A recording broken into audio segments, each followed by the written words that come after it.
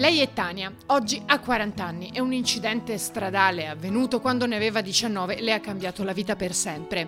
Era in auto come passeggera, è stata sbalzata fuori e investita dall'auto stessa. L'impatto le ha provocato lo strappo dei muscoli delle gambe dal bacino e da allora, dopo aver subito 17 interventi in pochi anni, peggiora mano a mano. Il dolore spesso è insopportabile e Tania deve ricorrere a potenti rimedi.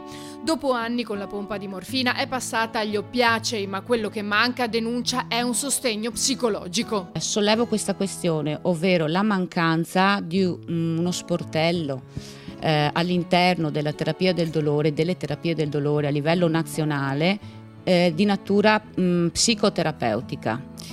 I malati di dolore cronico ingravescente hanno bisogno anche di un sostegno che ci viene proprio consigliato dagli stessi esperti della terapia del dolore, che manca sia all'interno della terapia del dolore sia nelle strutture della zona di igiene e salute mentale.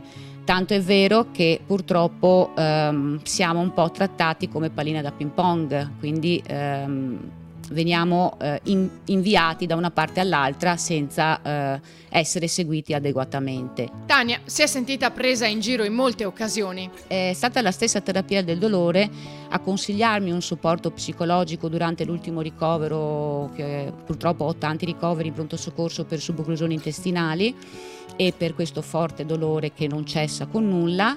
E mi è stato consigliato un supporto psicologico. Io mi sono attivata seguendo tutte le direttive, ma al momento non c'è una figura, uno psicologo, perché non mi consigliano uno psichiatra, che si prenda carico di questa situazione. E si è addirittura ritrovata al CERT. Mi sono ritrovata al CERT, io non ho vergogna di nulla, perché mi hanno sempre insegnato male non fare, paura non avere.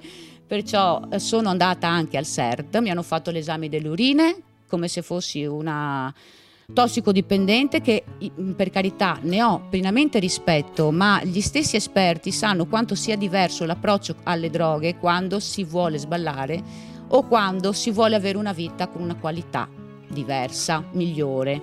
Lo sanno benissimo quanto importante sia il cervello. Molto spesso manca non la volontà del paziente, ma la volontà delle istituzioni. E questa è la realtà.